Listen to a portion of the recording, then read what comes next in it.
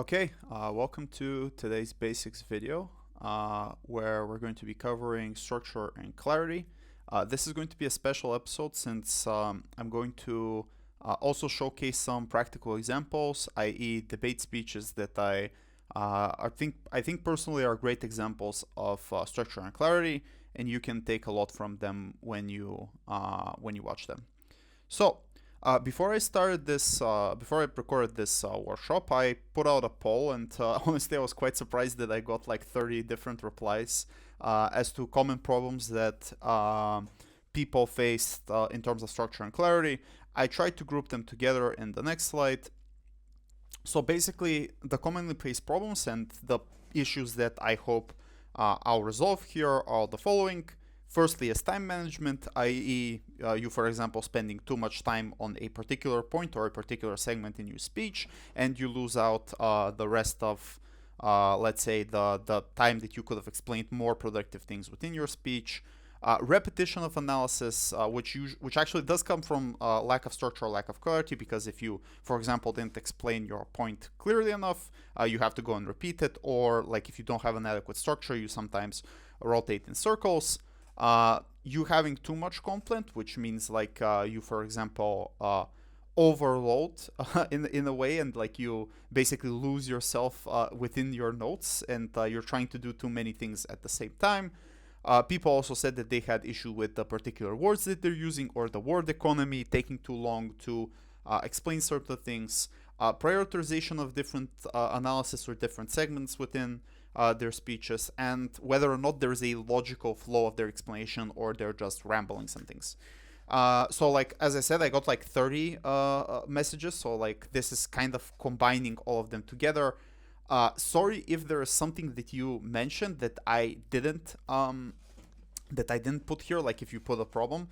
And actually that's connected to the next slide in a second, but basically these are the common areas that I hope to explain more, and more things, but like these are the main things that I hope, if you have this as an issue, this workshop will inevitably help you to resolve these things. Now, there are some issues that were not structure and clarity related.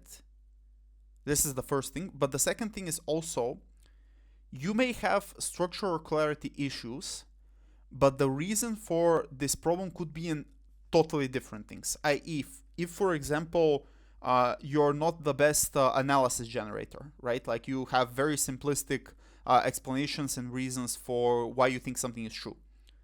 Then it doesn't really matter if you have like good clarity or good structure if your analysis is not particularly good. Or for example, if your rebuttal is simplistic, it's just a one-liner that you throw out there, or you, for example, respond to the example, not the heart of the argument, and things like that, then you are, or you're not doing rebuttal at all. You're just saying, oh, rebuttal will be integrated as a scam to not do rebuttal because you can't. Then again, this is not a structure or clarity problem, even though the end result of this may be that you have a structure or clarity issue. That's to say, you should be self-critical to yourself before you move on to this workshop, and you should honestly ask yourself, okay, are the problems that I'm currently facing because I have an inherent problem with the structure and clarity of my speech? Or is it because I'm not particularly good at all of the other things that I've outlined here? That are statement generation, analysis building, impacting, weighing, rebuttal, framing, debate commentary. Like all of these things are different debate skills that you have, for which I've made basics video on. That if you're for the first time on my channel, or if you skip those videos, I would highly recommend you go check them out. Because they cover each and all of these segments. That's the first thing. The second thing is, after you watch these videos, you're not going to magically be good at all of these things, obviously. Even though it's in my interest to scam you that you would be, but no, like it's not true. You'll have a good basic understanding of what is happening. But after that, honestly, it's just the grunt work that you have to do. This is exactly what we're talking about in this channel, where you, for example, get a motion, you crack down, you do motion crackdowns, which is basically generating statements, generating analysis, generating weighing. And after you do this, let's say like 50 and 100 times, you slowly move the needle and you make incremental progress. So Why am I telling you this? Because for some of the things that people ask me, like it's not connected to structure and clarity. So for example, I got the question, I don't know how to respond or to weigh, where there are plenty of workshops. Firstly, there are plenty of workshops on this channel, but secondly, there are plenty of workshops out there that you could watch to get a good understanding. But secondly, this could be an issue solely on these particular things. I also have a video on how to improve in debating that I would really advise you to watch, because I also covered those things there. So what would be best here is pause the video, try to be as much as self-critical as you could be to yourself, to see if the problem is in all of these things. And from there on, you could go watch the other videos, get your level up to like an adequate baseline, and then continue this video from here. Like that's perfectly fine. Or you could just continue if you think that it's the issue is somewhere else. Cool.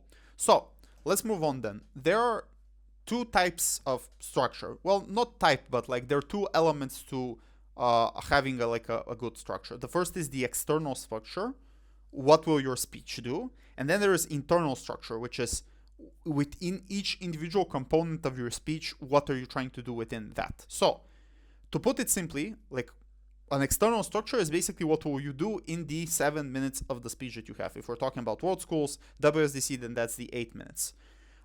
In general, here are the following like structure types for like the first and second speaker. For first speakers, it's setup, framing, arguments, positioning, weighing, responding. Or like a normal first speaker speech would look like you setting up the debate. What's this debate about? What's this not about? I'll have a video on setup after this one. That's a thing that I thought of making.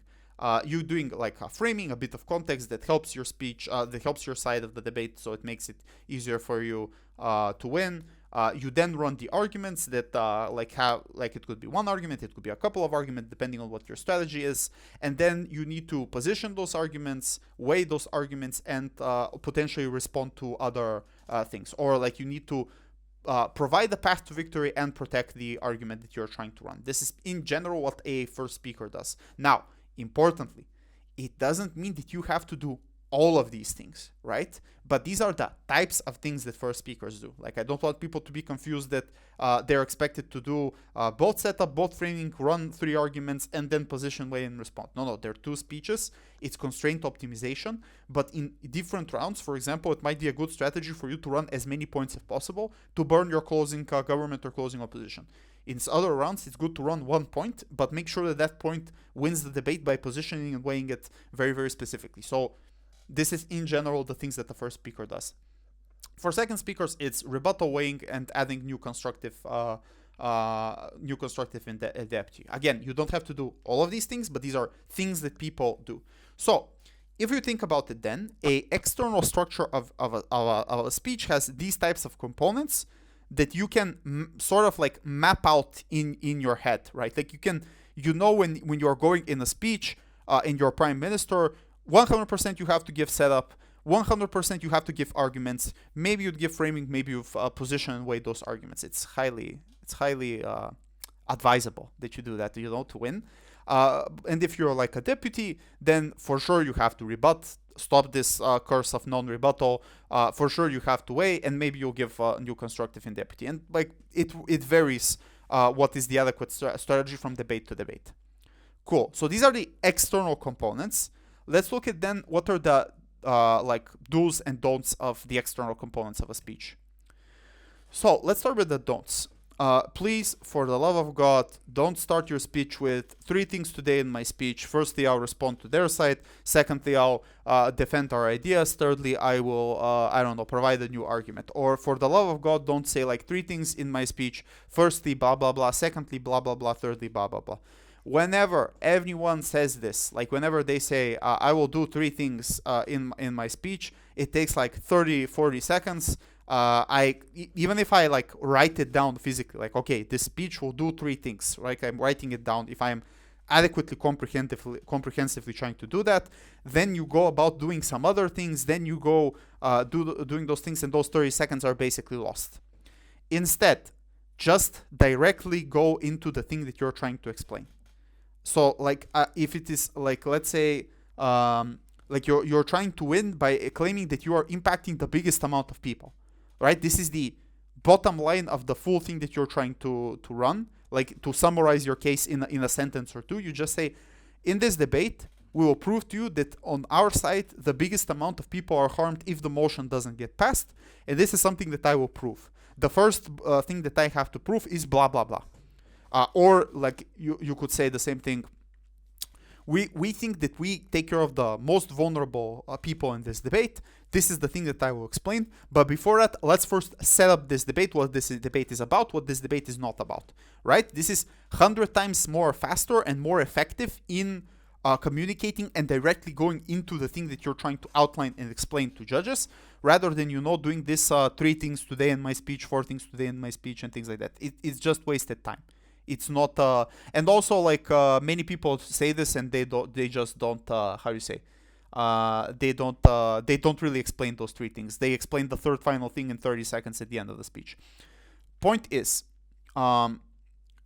this is like inefficient time management. That's not to say that it's bad for you to have, let's say, the imaginary 3 things in your head, right? Like, you have to frame, you have to bring arguments, you have to explain why the arguments win the debate. Let's say those are the 3 things.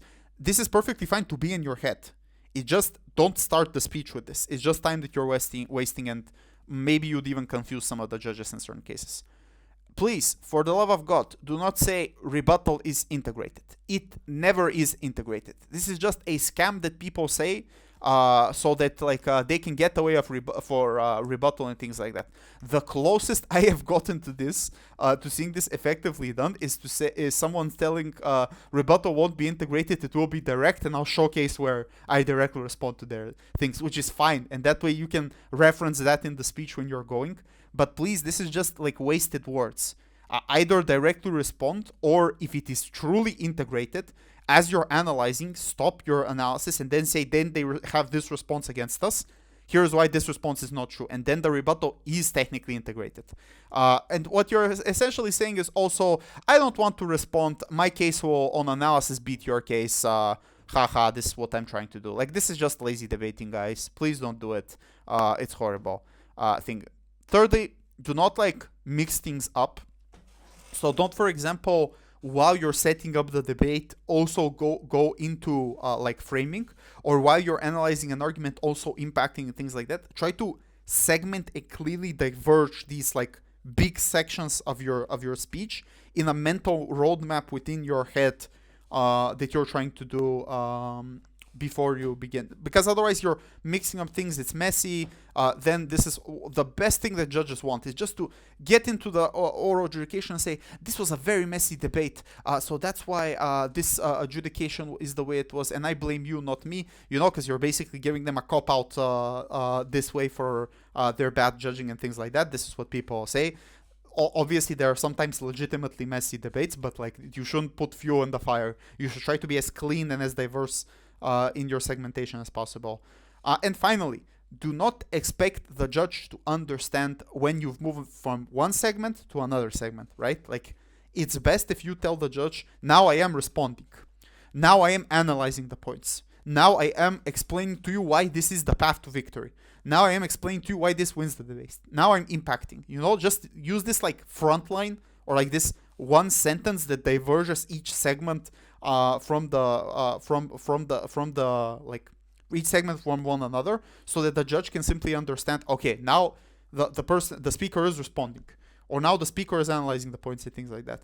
So obviously there are good judges, there are judges that can comprehensively track and understand where one thing goes to another. The majority of judges are not good, so you need to segment for them. And honestly, I had many debates where I also would get confused. The speakers just don't make it as clear to me as possible, and you're ultimately not helping yourself. And note, there are also 7 other speakers that will be talking after, so you want to make things as clear and as rememberable as possible for you to do that.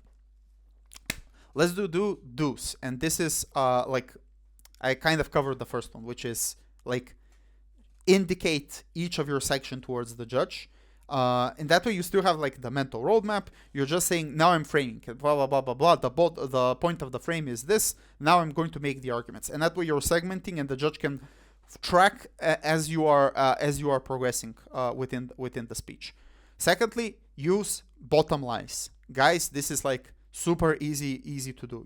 All you have to do is literally say, you don't even if you don't like the word bottom line, you can just say the conclusion of this analysis is, the conclusion of this analysis of this rebuttal is, the conclusion of this weighing is that, the conclusion of this reason is. If you just use this very simple sentence, the bottom line is, the conclusion is, the thing you need to remember is, whatever types of words for this, you like the judge literally can like take a line with their pen and paper, or maybe I don't know if they're writing electronically, and just say the bottom line on this argument is I don't know, minorities have more rights, or the credit score of the country is better, or I don't know, like we get more political capital for legislation change and things like that. Like you become much more clearer.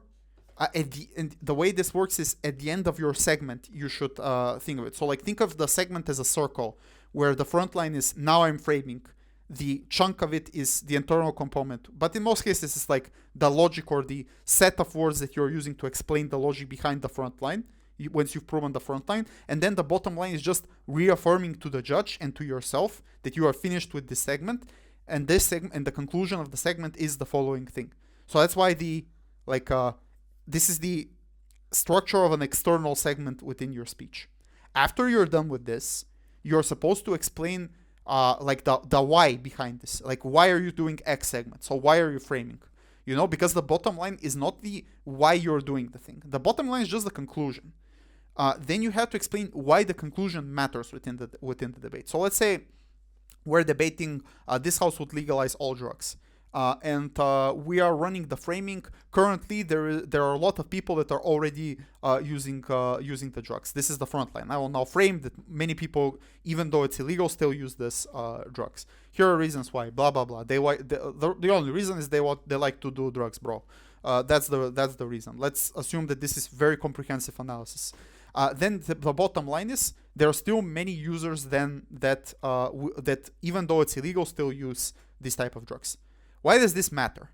Because firstly, this means that not that many, the number will not increase that much if already a large proportion of people are taking drugs. But secondly, this means that there are currently a large proportion of people that are taking drugs with additives in them, with rat poison, with additional addictive substances that undercut the thing that will be resolved once you're able to regulate and do this particular thing.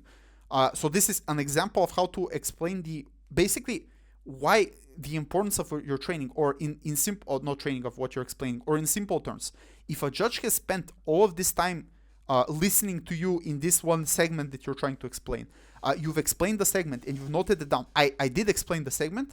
All you're saying is here's why this segment is super crucial and super important. And this also answers the question on I have like a lot of content, how do I manage it, things like that. Well, if the content that you're trying to outline doesn't answer the following question, which is why does this help you win the debate, or why does this move the needle in favor for your victory?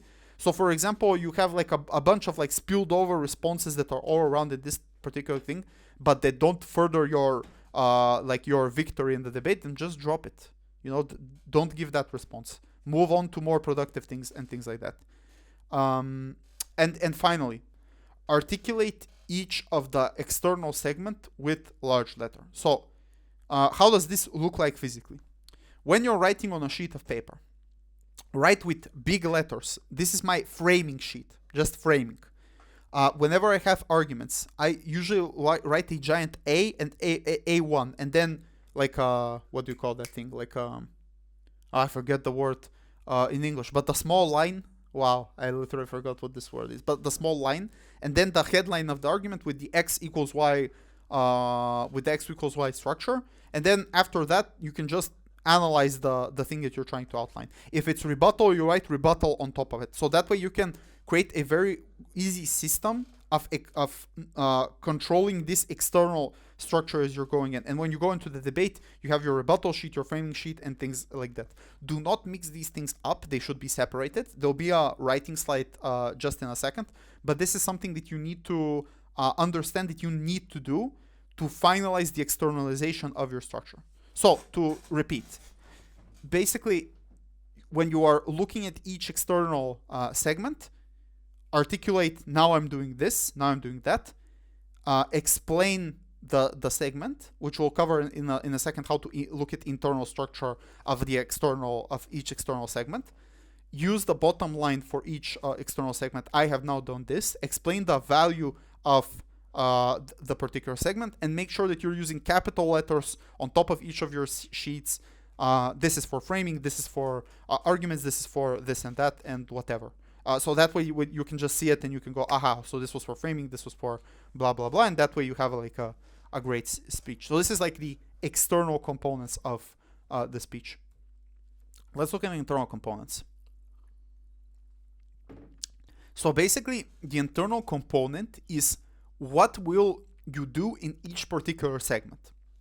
So let's say you're looking into, let's say you have 4 segments in your speech. You have setup, you have framing, you have argument 1, argument 2.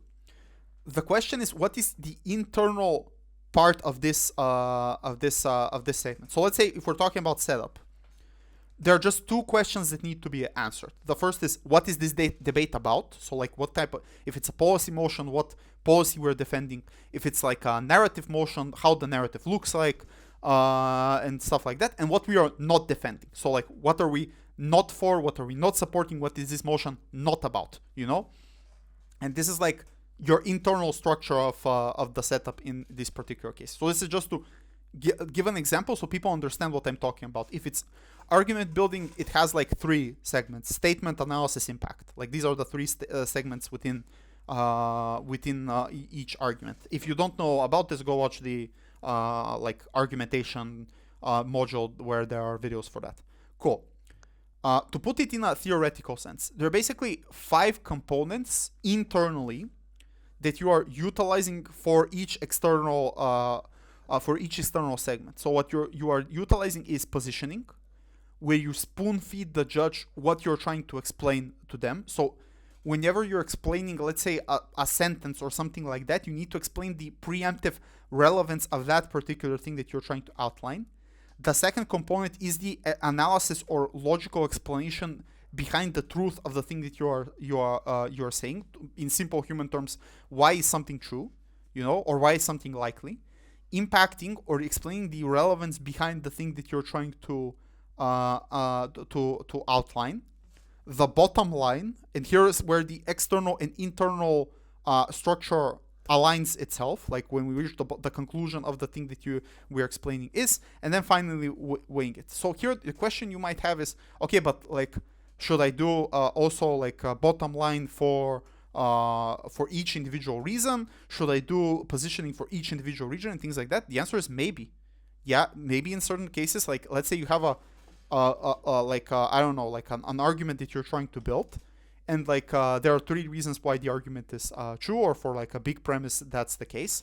Then like positioning each individual reason, providing each like individual reasons analysis as to why it is true, impacting the relevance of said analysis. So for example, saying this individual reason is a very strong incentive because, I don't know, it's very close to the way these people think, or it's very likely that they think this way, or something like that. The bottom line, this individual reason makes them do what they're doing. And then if, for example, you're closing, weighing that reason against reasons opening or running when you're vertically extending, or if you are if you and, let's say, opposition agree on the same clash, on the same metric, you're explaining why this reason combats and beats and is more likely to be stronger than the reason of coming from opening opposition, and things like that. So even though it's like 4 and 5 are like similar to the external structure, all of this is debating, guys. Like it's just positioning, explaining why is it relevant, telling the conclusion, and then pushing out the conclusion versus other components within the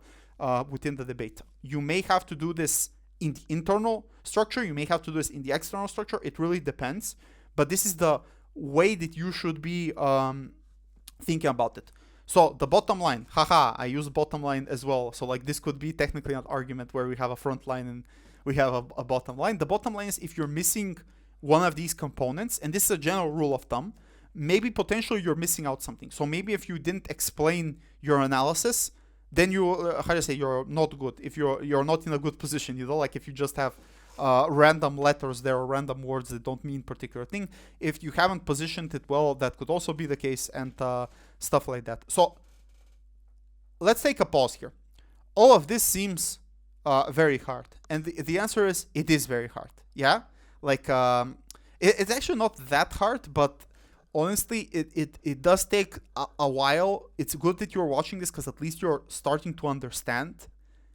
Because like if you always ask yourself the question, okay, what's the difference between me and, like, let's say someone who is very clear, someone who's very specific in the way that they're articulating what they're saying in those 7 minutes, is because that person most likely trained a lot and thought about these things and actively made sure that they are clear, and received a lot of feedback and did a lot of debates. So like don't scare yourself or something like that. All of this is trainable. Every single clear speaker started out with being super unclear and not structured. So this is just me reassuring to you that this requires a lot of work on your end, but it is something that you could build up. And there is, there's incremental change. So next speech you might be more clear, next speech you might be more structured. So there are these little benefits that compound as you go. Cool. So let's look at do's and don'ts. So let's start with don'ts again. So the first and most basic thing is just don't do things randomly. Just don't explain some things. Try to explain why you are doing the thing that you are doing. You can't really expect the judge to necessarily connect the analysis that you are talking about towards the burden that you have outlined that you will prove in the external segment of your speech. You need to give these little reminders to the judge, and this means that we are proving X thing, or this means that we are doing this. And then you could say this is the first reason, let's go into the second reason, and then go look at the second internal proof that you are providing for this particular thing. Again, don't expect the judge to understand what you're trying to tell them. Instead, articulate what you're trying to explain.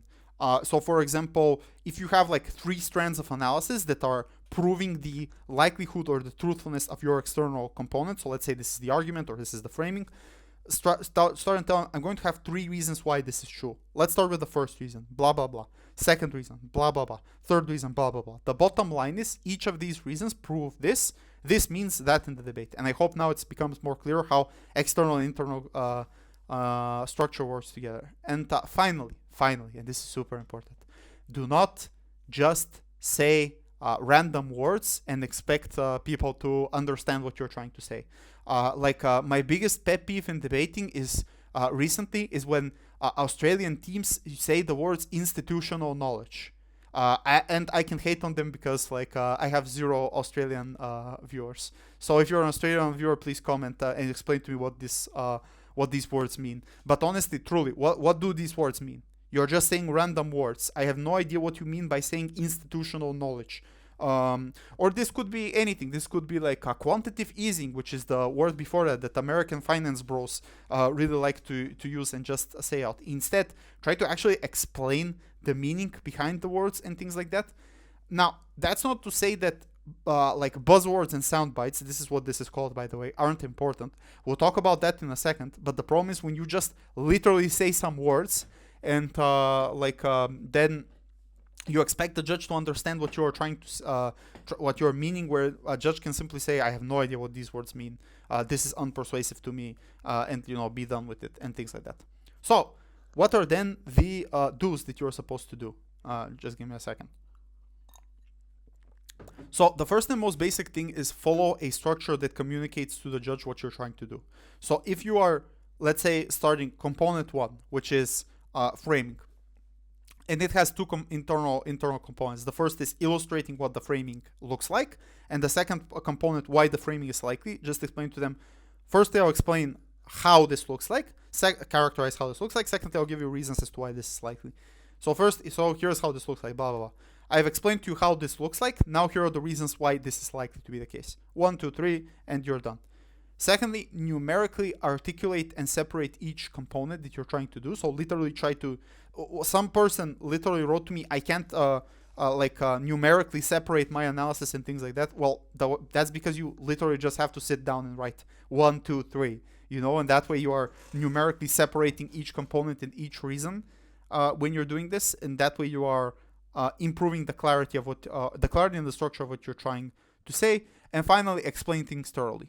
Yes, use buzzwords and soundbites, say institutional knowledge, but explain to me what institutional knowledge is, why is it comparatively more likely on your side, why it is important, and then finally I'll consider institutional knowledge like a relevant mechanism or impact within the debate, whatever it's going for. What about closing?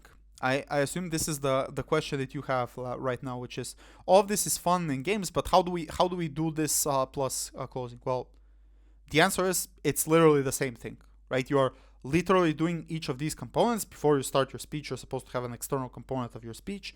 Within each external component, you're supposed to know internally these are the things that I'm going to explain. The only difference is that you are tracking what another team has said and positioning what you are saying against what the other team has said, i.e. when you're extending or whipping the extension against your opening, you're supposed to explain how the things that you're saying are in contrast to what they're saying. So there's a spectrum here. If you're running a totally different argument from what they're saying, then all you have to do is simply weigh your argument against theirs. So say, and our thing is more important than theirs because. If you're running a vertical expansion, then there's a lot more things to do, like explaining where the deficiencies of their analysis, where you're filling up that analysis, where your analysis is most crucial, and things like that. However, it's like here are just a couple of rules of thumb that will help you out.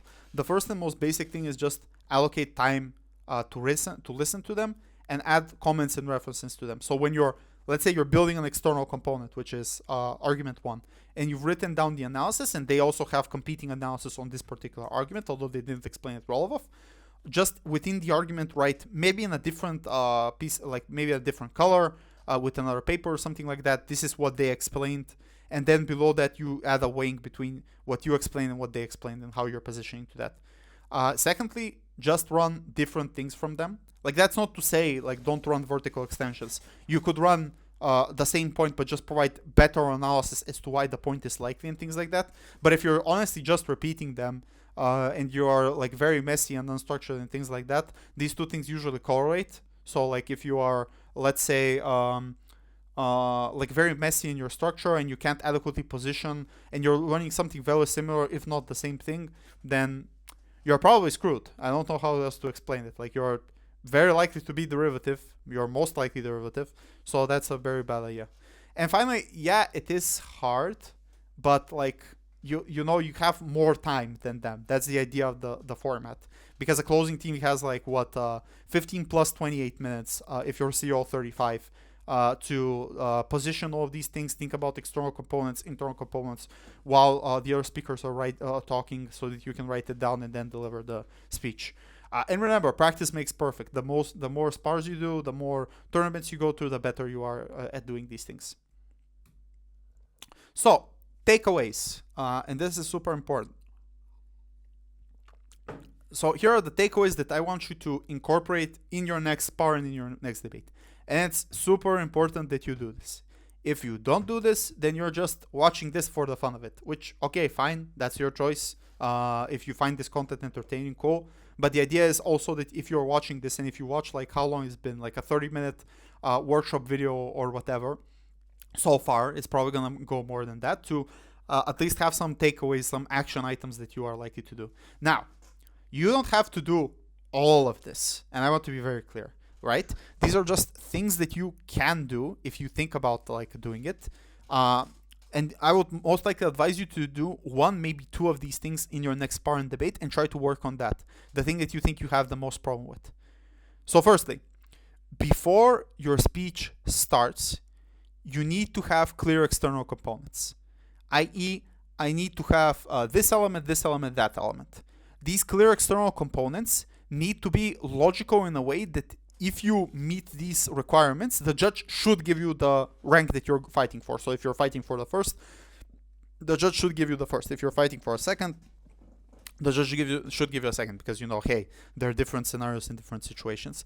But think about it as if you have a list of checkboxes and you're checking those boxes, and the thing that you have is like the external structure is the list of checkboxes that you're doing, and while your speech is going, you're checking out all of these things. Secondly, you need to clearly communicate each external component, Again, we're not doing the 3 things in my speech today thing. You're doing the, I am now doing this. I am now framing. I am now responding. I am now analyzing. So that the judge clearly understands what you are doing, and in order to be clearly communicated to them. You need to give bottom lines and justification of the relevance. So you need to do things like, the bottom line is, this is why this wins the debate for us, and things like that. Just remember literally this sentence for each of your components, and that way you can also prioritize which component is important and which is not to yourself. Fourthly, articulate and position internally. So like if within the external segment of the external structure, you have like internal segments, you need to articulate like how many of them are they burdens, are they analysis. Like you could say this segment or this argument has 2 burdens. First is this, second is this. Let's go to the first. I have 2 reasons why this is true. Let's go to the second. I have 3 reasons why this is true. And you explain them. By the way, you don't have to have 2 or 3 reasons. I'm just using it as a way. And numerically position each individual reason so that it's clear enough for the judge to follow. I.e. literally write down 1, 2, 3 and explain these things. Fifthly, explain things thoroughly. Don't skip analysis. Ask yourself, why is this true? Ask yourself, why is this likely? Try to give as much explanation as possible to each individual reason, because that way you're giving power to each individual reason. Sixthly, connect it to the external structure by basically doing the third thing, which is the bottom line of this reason is that this, and this is why this reason is turbo important depending on the situation and things like that. So these are like the takeaway items that we also talked about previously, if you think about it. The only thing that's new is the pause. What is the pause? So the pause is this. It's a pretty simple thing.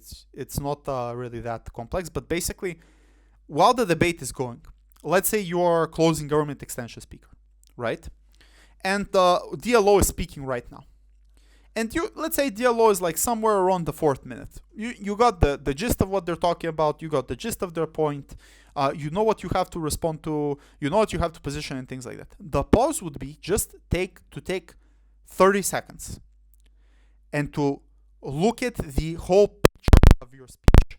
So you could literally go through all of your notes and see, are all of my notes labeled in a way so that I see each external component? How many are the external components or the roadmap of the speech that I'm doing? Within each external component, so let's check out, are the reasons adequately explained? Yes, they are. Good, we can go. And here's the beauty of this. You could find that things are not well. So for example, you could find that maybe you haven't adequately articulated the list or the external component to have adequate structure. You chop that off and then you write it better terms. Maybe the whole sheet of paper is screwed up. In that case, you have to rewrite the paper so that you can adequately, comprehensively write to these people. So take this pause. It could be literally 30 seconds to a minute. Maybe for new people, it could be one idea slower, but it doesn't matter. Because the marginal difference that you're going to get from listening to the DLO for another 3 minutes is very low. And you can always tell your partner, hey, listen to that, please. In comparison to making sure that your notes are clear, making sure that the structure in your head is clear, and making sure that you have everything put together. So like, please do this pause thing to check out what you're trying to do.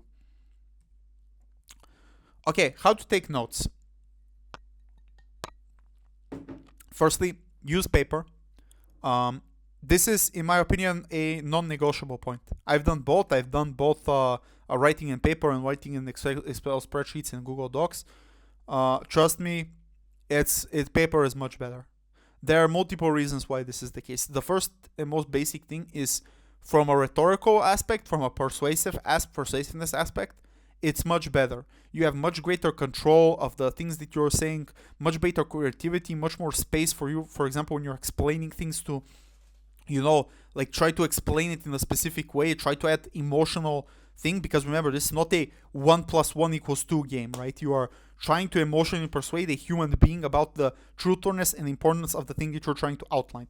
Yes, there is technical aspects to this. Of course, obviously this is a sport about logic, but ultimately it's also theatrics.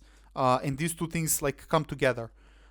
This is the first reason. The second reason is most of you people that have content overload, I think is the reason because all of you are typing and you're trying to type out everything possible, every sentence, every little thing, every little response that people give, and you forget the big picture. The limitations that they put on you actually help you, because that way you can focus on what is the core and most important things within the round and what you should do in this particular moment. Now I understand, there are people with like certain disabilities that they have to use a computer. That's perfectly fine. All of the other advice that I give is close applies to this. But for everyone else, if you don't have a serious reason, just use paper. It's 100 times better. Okay. Secondly, do not write more than one external component on one paper. And I've seen this so many times, where people have framing and 2 arguments on one sheet of paper. This is just crazy.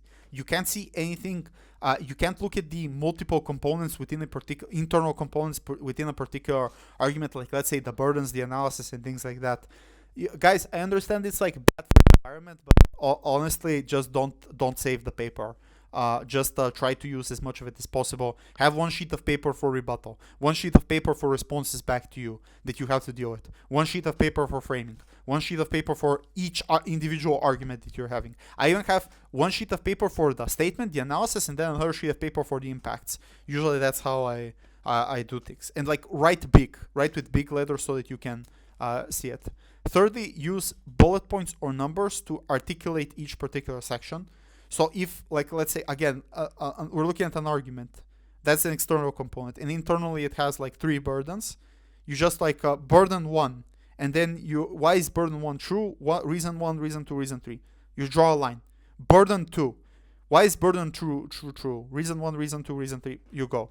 And that way you just force your brain to think and to look at debating in this much more segmented, much more structured way. So that you can basically give a clear speech. Give yourself space and create distance between each things. So this is super important, especially if you're extending. Because if, for example, you're building an argument and you cram things together, then you have no space to, for example, add things that opening may have said, maybe like cross some things that they talked about that you can no longer run these things. When you have like multiple things written down on the same paper. So keeping processes clear and keeping things clear and segmented and giving space so that you can add more things if necessary is super important.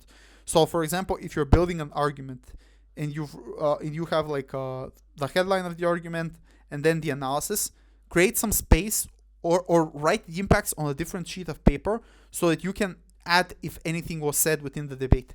This is, by the way, this is one example about you extending on people. It could also be responses that the other side gave to this case, right? So like if you're, let's say, vertically extending on your opening team, like because you're CG and like this shallow motion and this is your only strategy, you could, in this space, also write responses that opening opposition has given to opening government.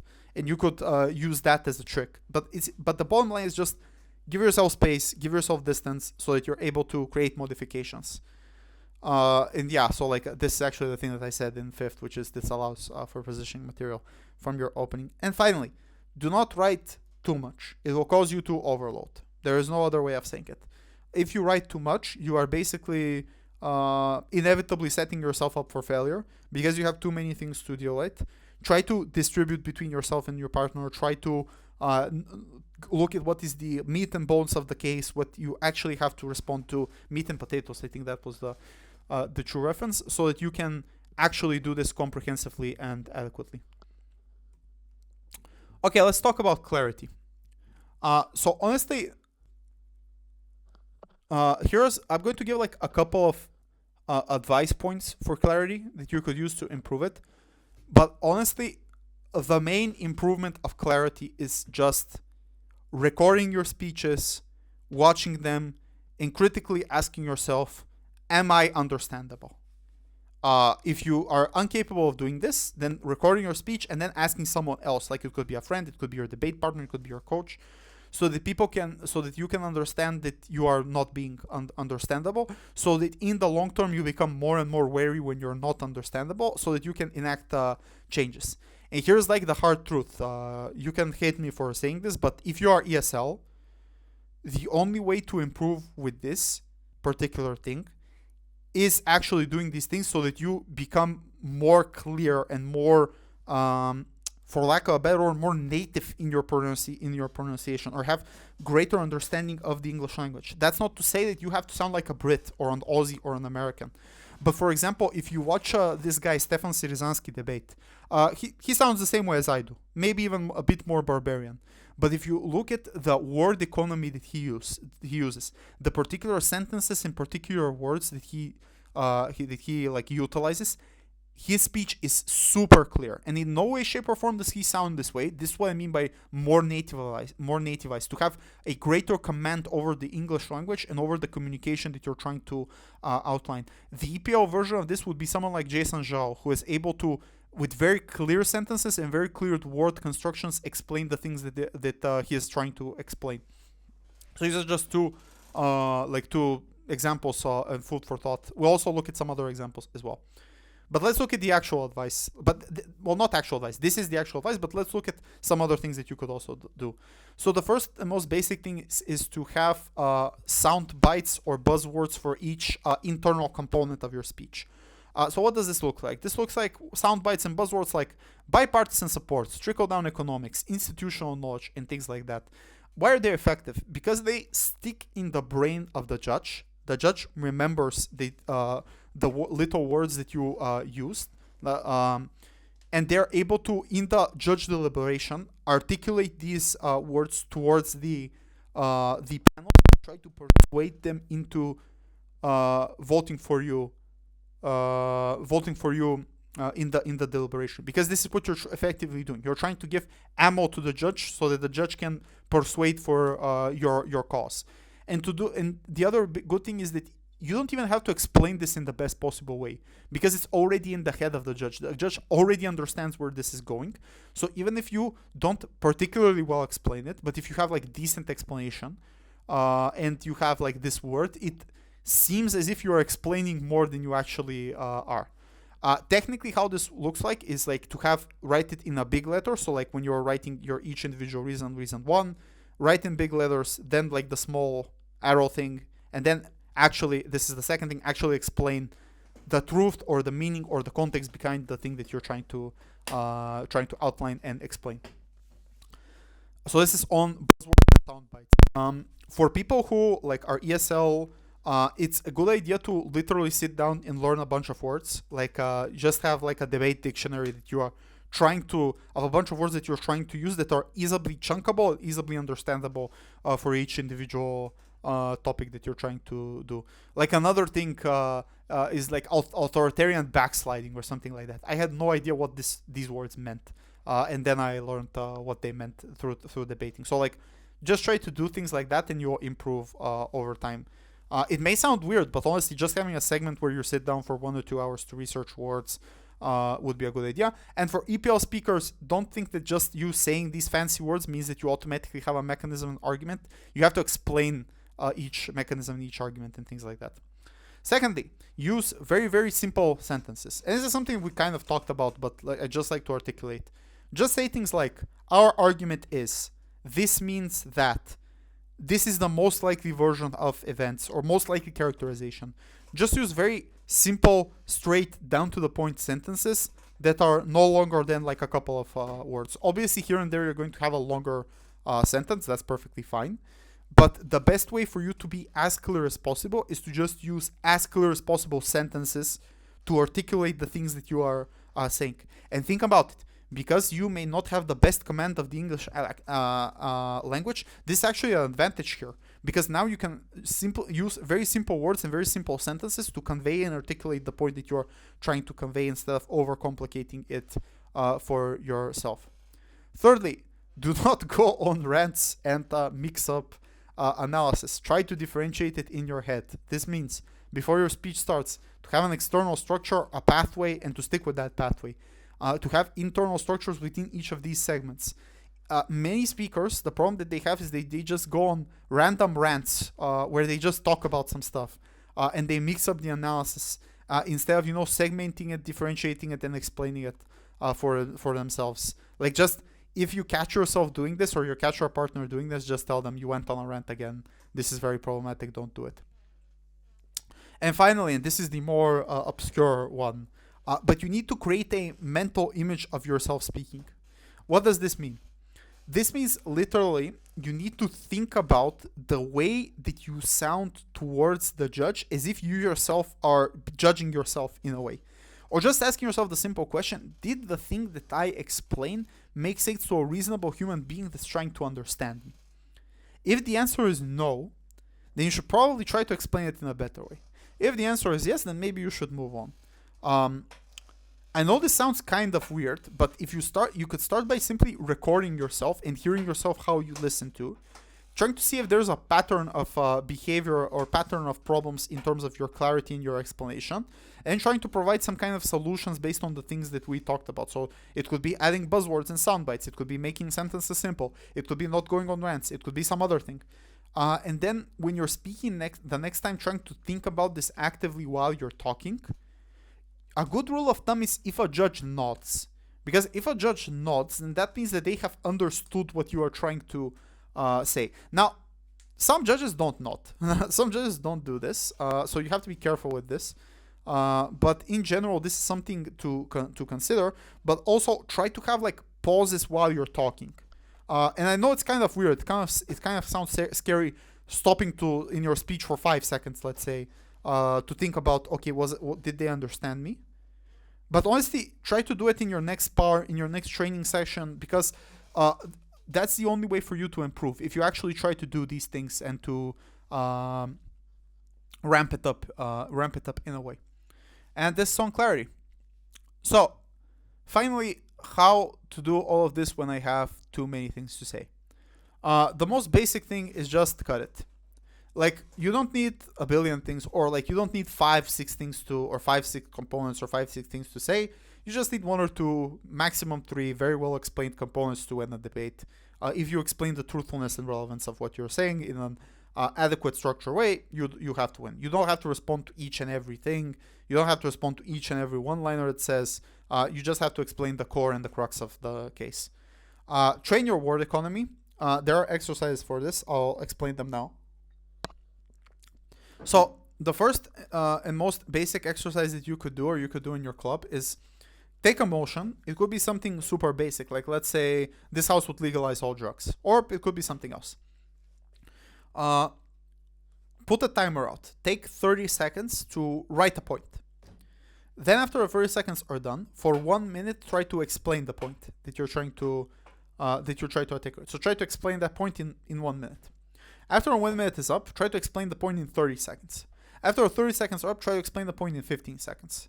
And that way you're training your word economy. You're actually seeing how you can explain things faster in a more clear way with this particular drill. The other thing, of course, is just doing a speech, recording it, and then trying to do the speech in 4 minutes. You know, the same speech, recording that, and then comparing the two things to train your word economy. But in general, to train word economy, you need to put a pressure on yourself to say more things in less time, so that you're finding better ways to explain these particular things. I would recommend you doing this once or twice per week. It's super fun as well to do it. And finally, when you have like so many things, distribute them between yourself and your partner. Rebuttal to the other side could be taken by the whip. Position and the extension can be taken by the extension speaker. You're not one person. You have like a teammate. It's a team effort. You should try doing these things together. And that's it. Time to go over the practical examples. So, the first practical example, and I'll increase the volume, is from the EUDC finals. But before that, I would just like to note, for those of you that know Bisser, look at him here. He looks like a tank. He bulked up a lot. Like, look what's going on. Like, if you look at him at the WDC quarter or octo or whatever, was this around? No.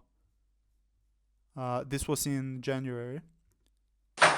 Like, if you look at him here, he looks like the small doggy, right? Like, he looks so. Appreciate how much he bulked and how much effort he put into that. But anyway, this is not the point of the video. Let's get to the actual point.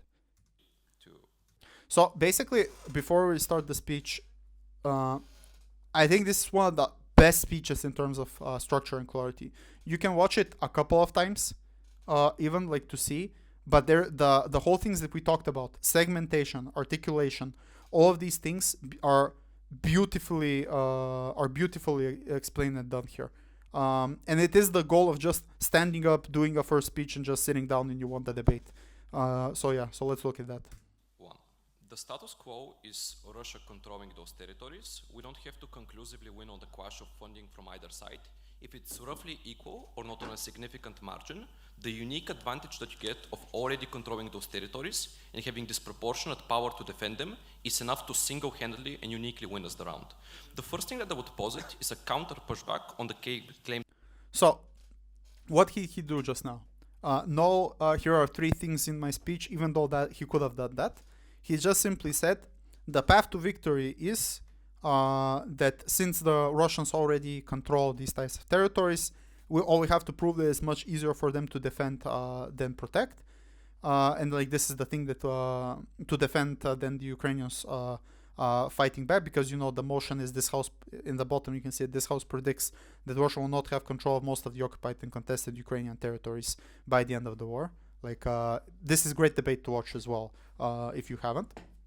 So he sets up the path to victory, and then he directly moves into another segment, which is the first thing I will do is provide pushback or rebuttal. This is what he's saying. So he's giving the front line, the thing that we talked about in this segment, and then he proceeds to actually do it. Coming from opening government. We can completely concede that there is some incentive for you to fund Ukraine. We would just posit that it's insignificant enough for you to conclusively win a counteroffensive. It's true for two reasons. The first of which, there's an incentive cap on the funding because they were prone to fund self-defense. That is to say. So as you can see here, he's again doing it. External segment, we can do this, but all we have to prove is they fund self-defense, not this. Setting up the front line of the argument, providing the reasons now. Not the whole country being captured, but not a counteroffensive that is going to be disproportionately more economically costly, which is why they funded the protection of Kiev not being captured and Ukraine retaining 80% of its sovereign territories, but are not willing to fund 20% of those already lost territories being lost. Secondly, there is a political cap as to how much you can actively fund Ukraine simply because it would become too dangerous. That is to say, the US, the UK, and currently Germany are doing the bare minimum and are massively delaying the distribution of jets and tanks because they don't wish to unnecessarily antagonize and provoke Russia. That is to say, they wish to not escalate the situation, which is why they're not giving them the most effective, deadly weapons, but they're doing the bare minimum to ensure that Ukraine actively survives in this particular way. The third pushback that I would like to make is purely on allies. It is true that the US and the European Union are actively funding Ukraine, but on the other side, other actors don't only have geopolitical incentives, they have purely profit incentives to actively fund Russia. That is to say, it's not a net negative, an economical harm upon China or India or Turkey or Iran to be actively funding Russia. They're benefiting from it. India and China are getting preferential deals with natural resources, with crude oil, and with gas, and they're actively benefiting from this particular war. They're sustaining the economy through private enterprises. They're not on a loss and making a geopolitical calculus in which they're funding those particular countries. So if you guys noticed, the sentences that he is using are super clear. Very short sentences that in general, the guy is saying a lot of things if you compound it together, but each of the sentences are super clear. Now, obviously, Bisser is like very experienced debater. He's done this for years. He's also able to ramp up the speed of his speaking as well, which, you know, if you are at the level that he is, you can probably as well do. But the point here is, like, if you have to like watch this on your own, slow it down and try to copy it. Try to copy it as you can. The manner of speaking, not the speed of the speaking, is just what I want to outline. But let's say this is out of the table. We would say Russia does not need significant allies because internally its own economy is capable enough of withstanding the war for at least 10 more years. Also, look at the style that he's doing. He is articulating and explaining the thing slowly in certain segments in order to clearly say what he is trying to say, like, you know, in the front line and the bottom line, you know, where he says, let's say this is not the case, blah blah blah, and then he can ramp up more on the actual reasons. But when he's spoon feeding the judges what he's trying to explain, he's very slow and methodical in his explanation.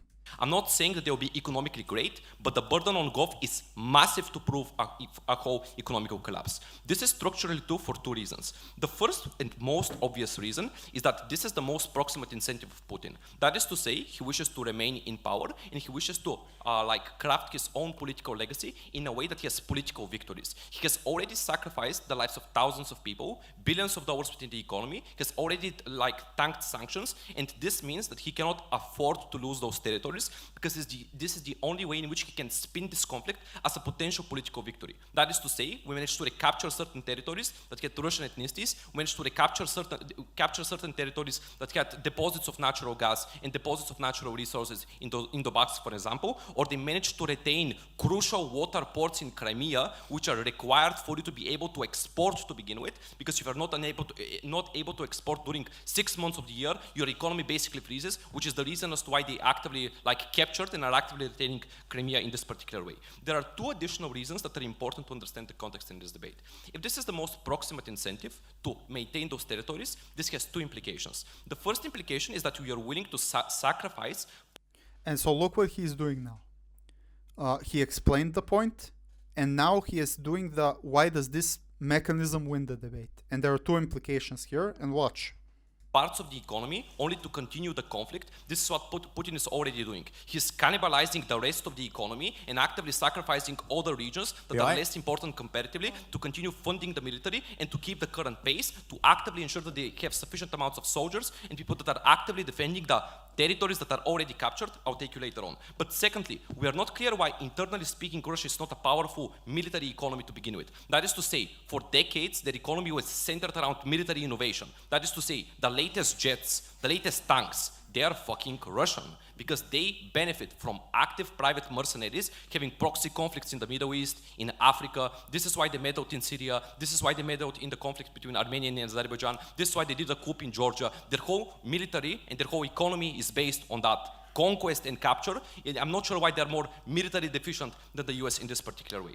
Let's say you buy none of this, none of what I've said. It doesn't matter. If the sides are roughly equal, Russia wins by default because they already retain those particular territories. They have the defense advantage. This is true for 4 reasons. The first and most... And again, so he did it again.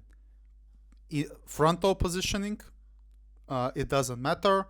What I've said so far, they have the defense advantage. Here are 4 reasons why this is true. The most obvious reason I'll take you later on is that it's much easier for you to protect what you already have. Because A, if you have already protected it preemptively for years, as is the case with Crimea or MERS in Donbass, this actively means that you had time to make fortifications, landmines, and other ways that are actively hurting people if they wish to go on the ground or are giving you a defense advantage in this particular way. Secondly, they were able to destroy key buildings and other ways through which the tanks, the jets, and the most advanced military technology that the opening government cares about would actively go through. This is why, factually speaking, currently the war in Ukraine is a war of attrition between soldiers, not between tanks, because tanks cannot go through this particular terrain, and it's a pile of destruction in this particular way.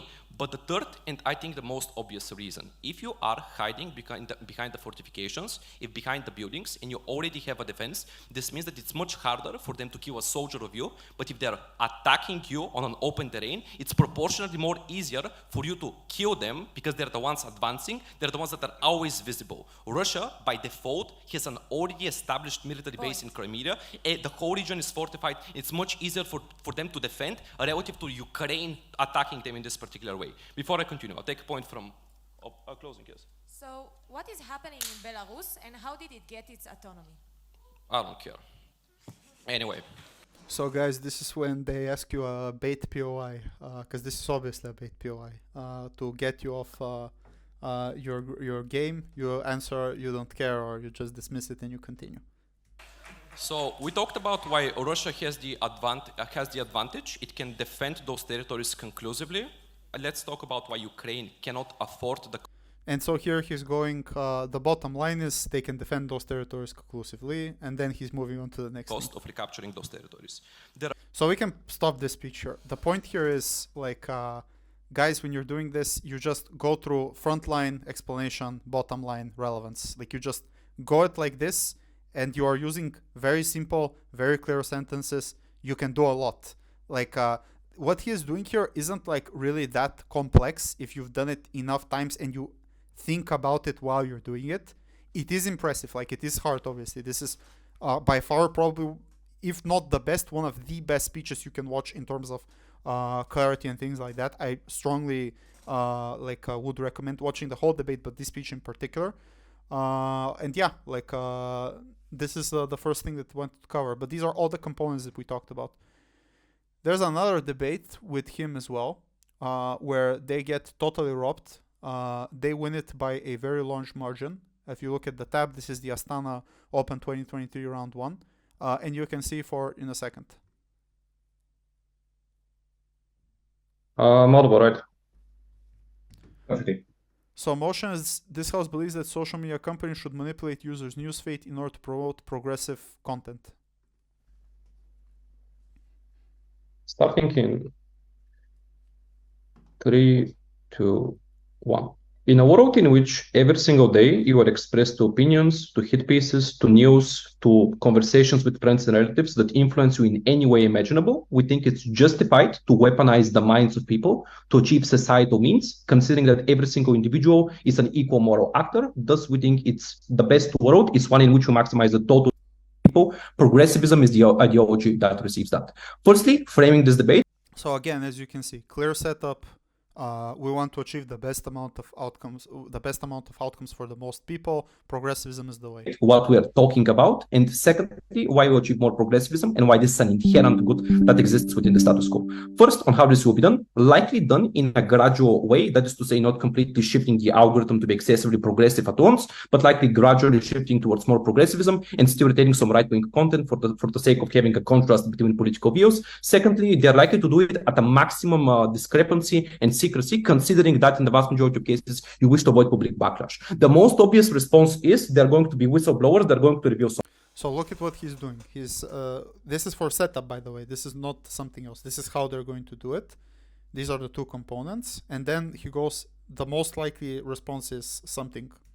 This is completely symmetrical on both sides, because currently we live in a highly politically polarized and culturally warfare environment in which a right-wing demagogue have a pragmatic incentive to make conspiracy theories that existing social medias are currently liberally dominant. Just think about Jordan Peterson, Ben Shapiro, Elon Musk, who bought Twitter. All they say is the status quo is dominantly liberal-leaning, so we're not certain why any social or political backlash is going to be asymmetrical relative to the highly subjective status quo right now. The second point of framing is what are we obviously talking about. Progressivism has four main tenets that I'm going to explain, and I'm going to prove why this is the likely interpretation that is going to exist. The first is a recognition of positive rights. That is to say, we tax the rich and redistribute to the poor because we realize that you cannot exercise your agency if you don't have sufficient resources to choose your own career, to have free time, to not experience burnout, to have a basic amount of physical comfort. We tax the rich to have universal healthcare because we realize that your right to life is bullshit if you don't have the right to be treated physically and mentally to access that particular right.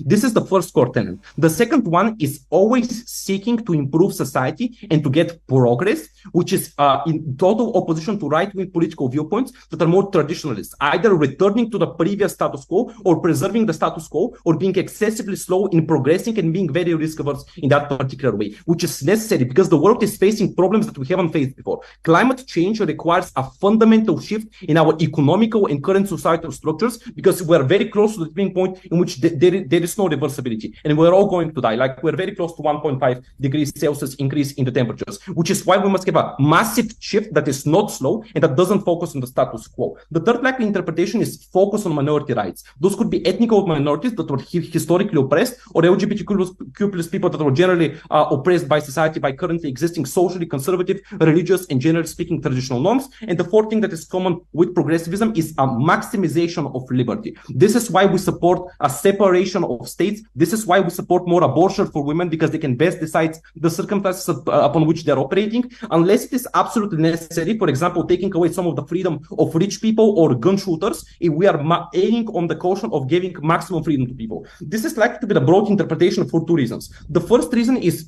simply speaking, this. And so here he did it again. This is what the inherent characteristic. This is literally the video about characterization. This is the inherent characteristic that we're talking about. Here are the components. Here's why this is likely.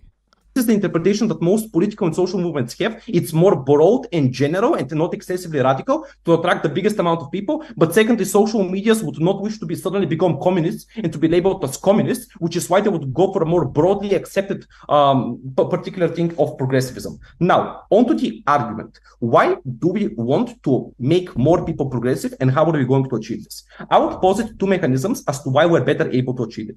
The first mechanism is internalization through continuous repetition. I want to ask you something, panel. What 2 plus 2? How much is 2 plus 2? 4, right? You intuitively say it. Why? Because you have heard it a million times. You don't even think otherwise. It's an internal part of you. The more you hear a concept without it being disputed, especially at times in which you are not thinking clearly, you're mentally exhausted, you are emotionally drained, you're just brainless scrolling, the more you take it as a given, the more familiar it becomes, which is why we are likely to succeed in massively shifting society.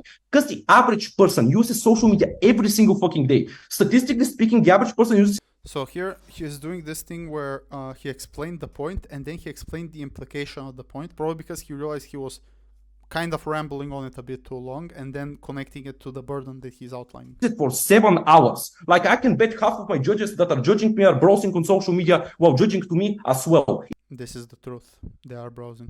It's either A, highly addictive. It gives you short-term gratification through the form of dopamine, or B, in many cases you are coerced to use it because this is dominant social norm in many particular cases, or 3, in many cases you can rationalize, oh, I'm just social networking in LinkedIn, or I'm just researching for debates, I'm not wasting my time on YouTube. So it's very easy for you to get instant gratification, which your brain craves. The average person massively uses it through repetition. They're going to get brainwashed, and that's a good thing. The second mechanism is gradual shifts in algorithms. And here I want to illustrate how this is likely to be done. Imagine you are a dissatisfied Rust Belt worker in America. We're not going to say suddenly become a communist. We're going to recommend you a video in which you are saying, isn't it very convenient that all your industries went to the developing world because of corporations that want to maximize their profits? We don't have to suddenly start with you being a communist. We can do it gradually. For example, we will first recommend you a liberal channel, then a left-leaning liberal channel. We'll first start with like a Destiny, then we can go for Vosh, then we can go for Hakim. We can do it gradually, and this is likely to be more effective because people don't change their beliefs at once, especially if they're long-term beliefs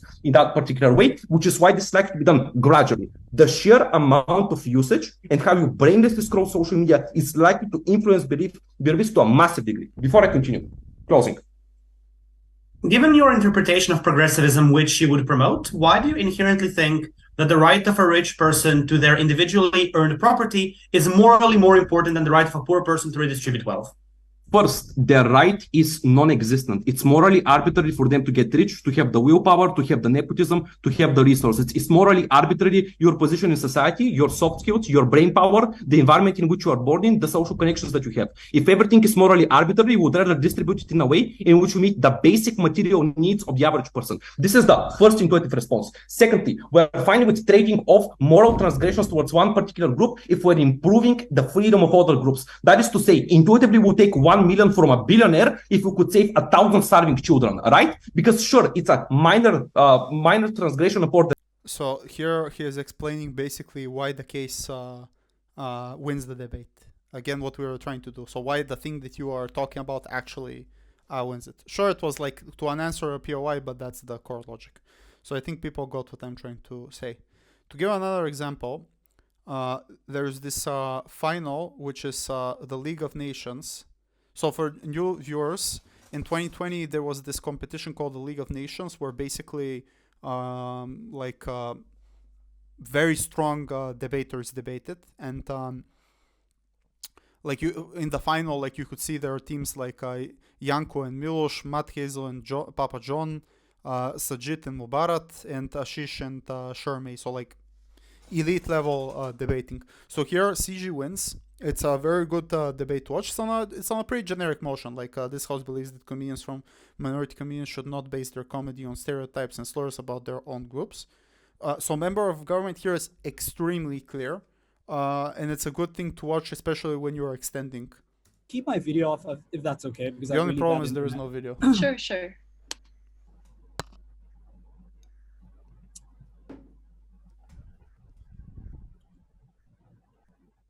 Starting in 3, 2, 1. Oh, Burden pushes us and says, if we name 3 bad comedians, we'll win the debate. Lily Duval, Eddie Griffin, Kevin Hart, we win the debate. I think Kevin Hart is really terrible. He portrays the stereotypical black man. He cheated on his wife and jokes about his dick. I think these are the ways in which these actors have ways of pernicious incentives. And if you look at the opening half deadlock, it is based on a lot of impacts that can come out of scenarios, but the analysis of how likely that scenario is very limited. I think there's one piece of analysis from OG, which is there's a race to being more offensive. There's one piece of analysis from OO, which is minorities generally have connections and they understand it.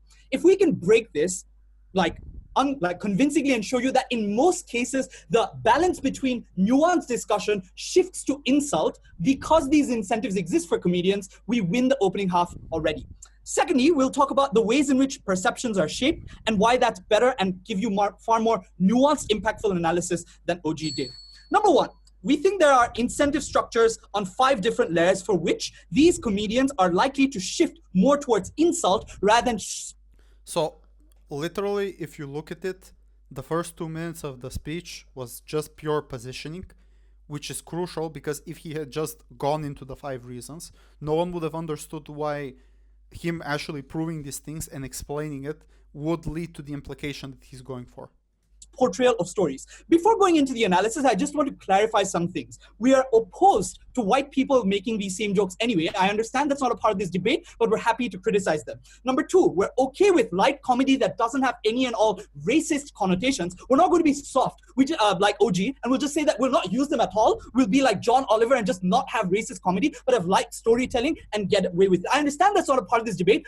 I think we can shape narratives in order to push towards it. 5 structural reasons, starting from like really simple stuff to more sophisticated stuff. Number 1, I think these people are poor. They want money. Most consumers of comedy are from the majority. They're rich people who don't want to feel attacked. In that way, in order to please them, you often have to cater to their interests. Minority people are poor. They don't buy your comedy. Number 2, let's say these people build up political capital. At a point in time where they build up political capital, you still have to cater to your core consumer base, i.e. even if you have some part of the story, it'll be small and subtle and spending like 5 or 6 minutes on, and it's unlikely that it'll become a nuanced story at a point in time where the trade-off involves attacking people in order to make it nuanced. This is because the life experience of a minority is often antithetical to that of the majority. Most of your terrible experiences are because the majority oppressed you. You have to attack them in order to sell that story in order to do that. Third, here's where we get more sophisticated. These people are misfits. I'm not being stereotypical. Indian parents don't like their children becoming comedians. In order for you to become a comedian, you often have to go against your family and often have to be the social reject within your family.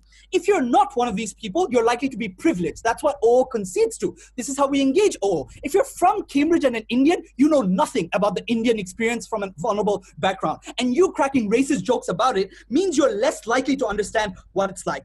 Fourth, there's a competitive industry where there's a very unique set of USPs that each comedian has. The moment you step beyond it and you go into like undiscovered territory, you're likely to become political and blocked down. That's why Hassan Minhaj's show got cancelled, because he didn't want to trash on his own community, but wanted to talk about social issues. That's when funding that is in the hands of corporations takes money away from you. That's when the majority creates backlash against you. The competitive industry is one where also creativity is difficult. That's literally why John Oliver is the only one that makes his kind of comedy. No one else can come up with new versions of it because it's difficult. So you're likely to sell your USP, which is trashing on your own community. Fifth, there's a offensive culture in comedy. I'll give credit for OG for stating this, but the reason is because, and this is where we add to OG analysis, the people want to pay a premium to watch comedy. Comedy doesn't change your life. It just gives you satisfaction. In order for you to spend money, you have to see something different in it than what you get in everyday life.